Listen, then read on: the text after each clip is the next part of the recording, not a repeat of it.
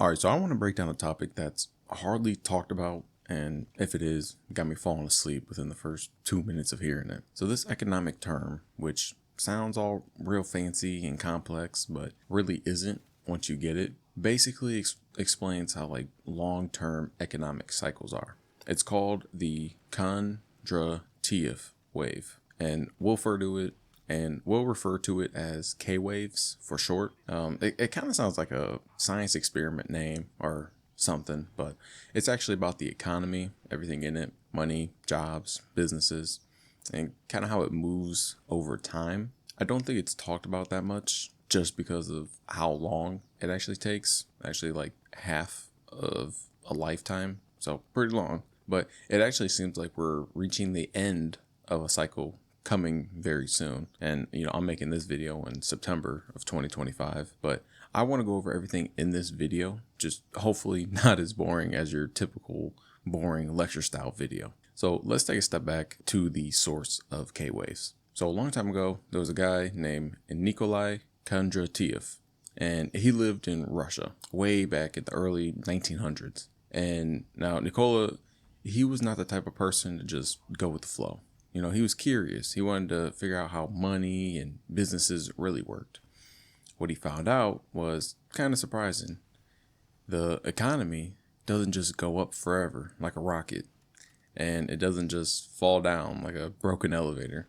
Instead, it moves in big, slow waves. So imagine the ocean, right? Sometimes the tide, it comes in high, and sometimes it pulls back. And that's what he saw happening with economies. And it's kind of messed up, but he was actually assassinated right after this discovery. But we won't speak on that. So here's the wild part. These waves, they're not quick by no means. They're not like a TikTok video that's over in 30 seconds. Each of these waves lasts approximately 50 years. So about half a lifetime. I mean, think about that. A wave so long that lasts from when your grandparents were kids until you're an adult yourself. And that's like half a lifetime just in one wave. So the easiest way to think about these waves is to picture the seasons. You got spring, summer, autumn, and winter. Each season feels different, right? Spring is fresh, summer is hot, autumn cools down, and winter, it gets cold and tough. So Nicola said that economies move the same way, and let me walk you through them.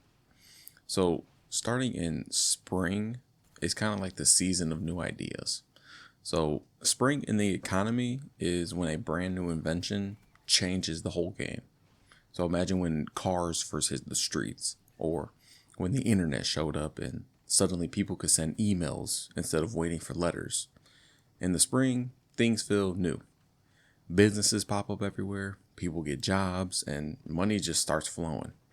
And it's like when the flowers bloom after winter, like the world just feels so alive again.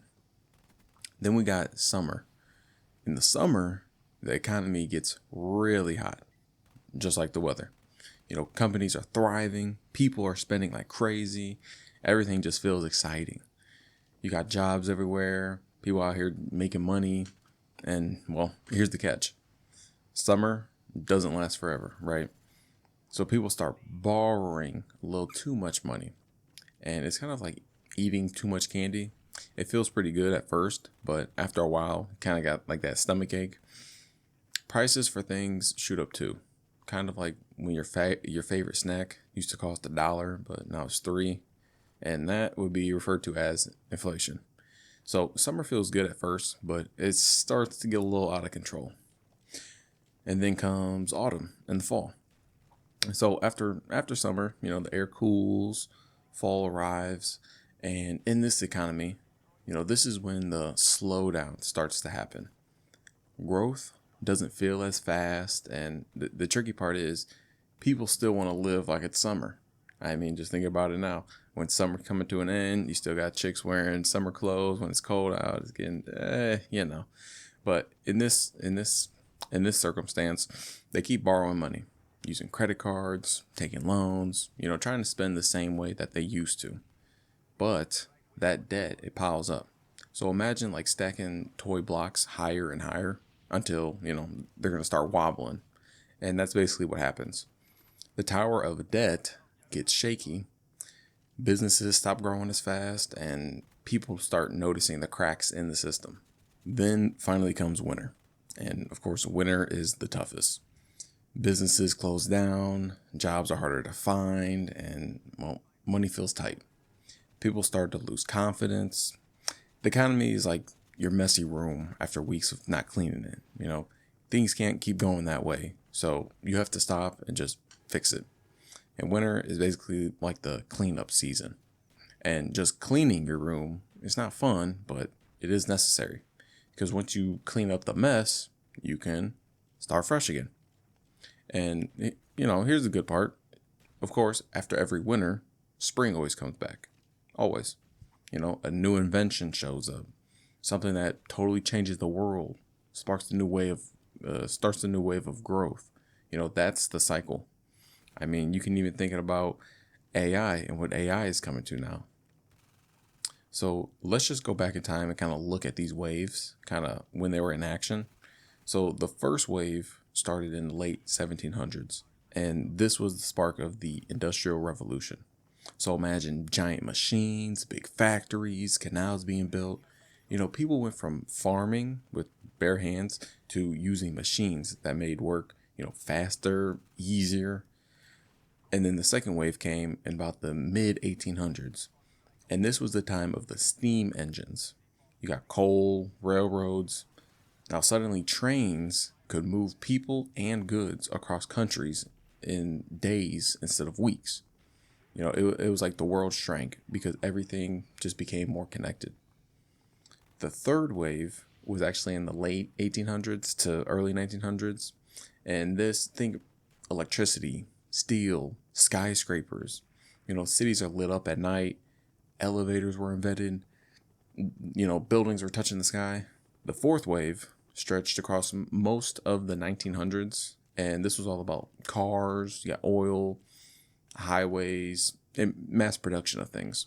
So assembly lines meant cars could be built faster and cheaper, and people could travel farther than ever before.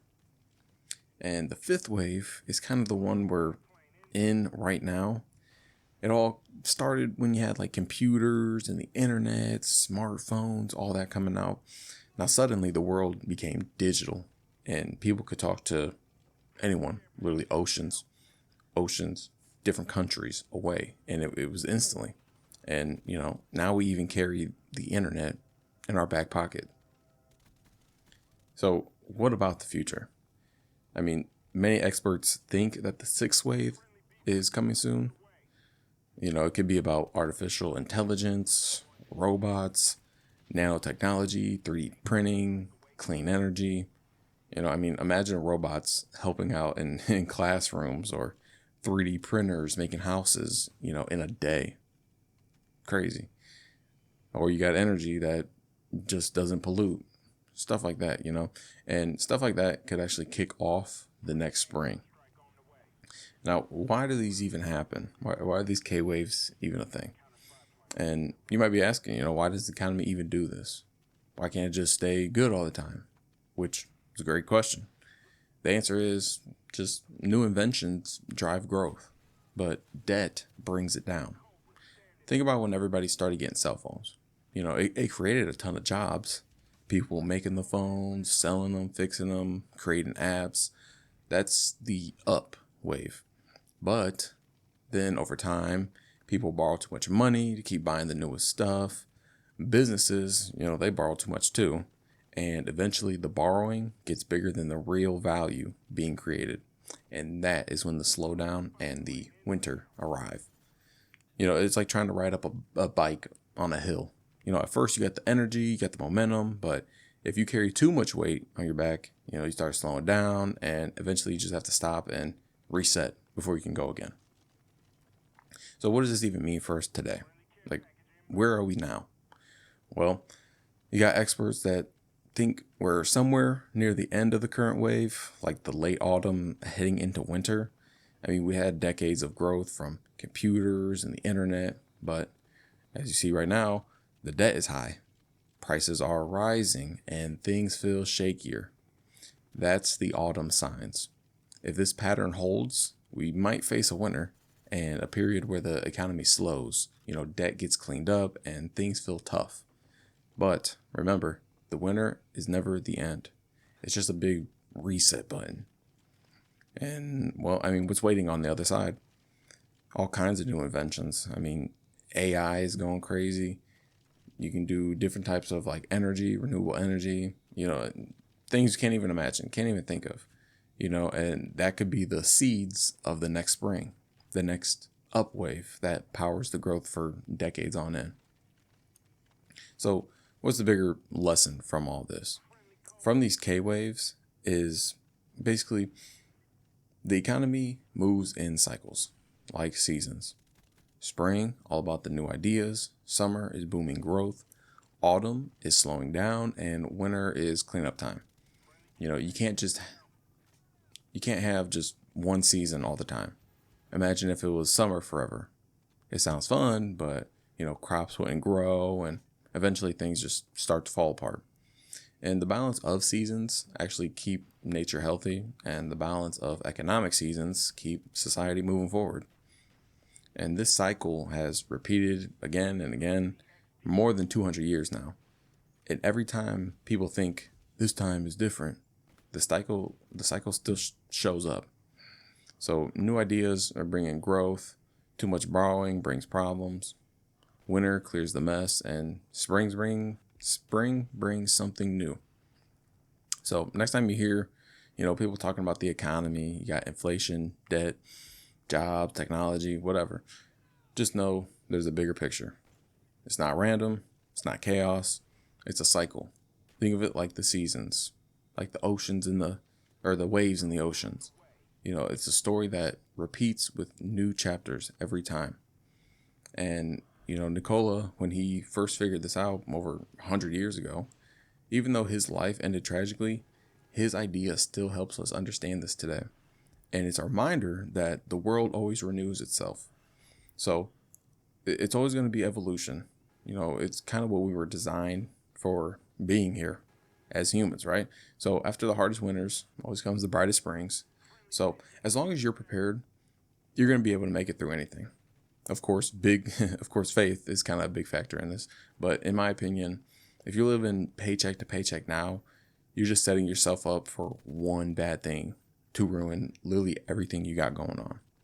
And this is the time that most people can break free in this window.